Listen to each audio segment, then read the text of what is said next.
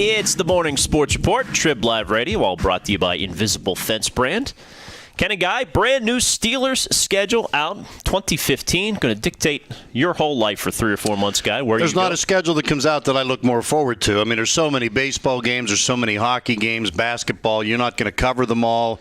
The Steelers, your schedule at work revolves around when those games are, and I certainly like them when they avoid Thanksgiving and Christmas Eve anyway.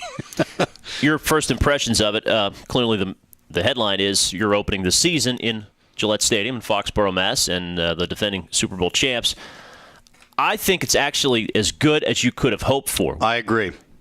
What in particular do you think? The very first thing that stands out to me is you're going to be missing Le'Veon Bell for 3 games, and 2 of the 3 are against NFC teams. And you go to New England, and you're without him, but they're without LeGarrette Blount. Bell means more to the Steelers than Blount does to the Patriots, and that's probably going to be a mismatch anyway. You would figure Super Bowl champs, Steelers go on there, but get that game out of the way early. You've got time then to work on some things that will be put on film in that game, whether you win or lose it. And but that of all the things in it, that's what is the 2 things they didn't get, the back-to-back West Coast games that they had requested, and 2 of the 3 games in which Bell will not play, unless his appeal changes the suspension, are against NFC teams. That's true. I suppose they would have preferred the Chargers trip and the Seattle trip back-to-back.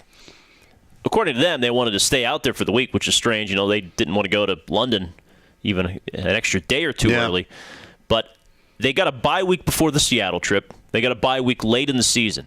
You get 3 straight home games in November it's the Bengals, right. Raiders, and Browns. Right. I mean, that is a gift of all gifts there. Yeah, 3 AFC games, 2 divisional games, all at home late in the season. I agree with you about it. I think it worked out very nice. I mean, your first 10 games, yes, you're probably going to start 0-1, let's be honest. But you have a chance, though, I think, right the ship a little bit. Get your solid footing. When you get Baltimore at home, you get the first 3 division games at home. And if you can get to the bye week at 6-4 or even 7-3, you give yourself a fighting chance to make the postseason. Let's be honest, though, that's what it's going to take because the finish is tough. Well, the finish is tough. I don't like having to play 3 of the final 4 games against your division teams all on the road.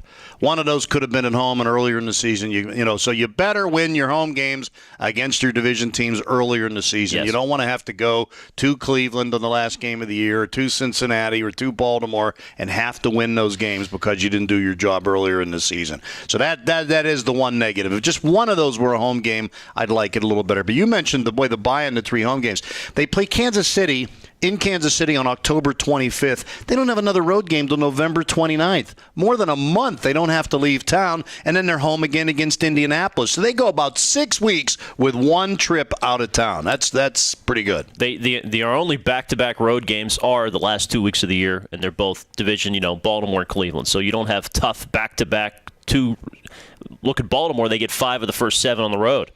Now they'll finish at home, and they have a much friendlier finish to the year. But I think for this team with a new defensive coordinator, a lot of veterans leaving, you wanted the easier schedule early. And I think that, I would have no complaints if I'm a member of that executive branch over with the Steelers. And we'll see about the Bell absence, maybe just down to 2 games. Regardless, though, that will be the Doobie Bowl, huh? Game 1. The Bell and Blount absent for the Rams had a pretty good defense last year. You got to go to them without Bell early on. It's a big difference. Of course, if AB holds out too, that makes a big difference in those early games. But I thought the same thing. As I went through it game by game, my initial thought was this could have been a lot worse. This isn't bad. And Jim Tom Sula, Homestead Zone, coming here with the Niners in week 2 for the home opener at Heinz Field. We'll be talking about it, of course, all off-season long and into 2015 for the Steelers here on TribLIVE Radio.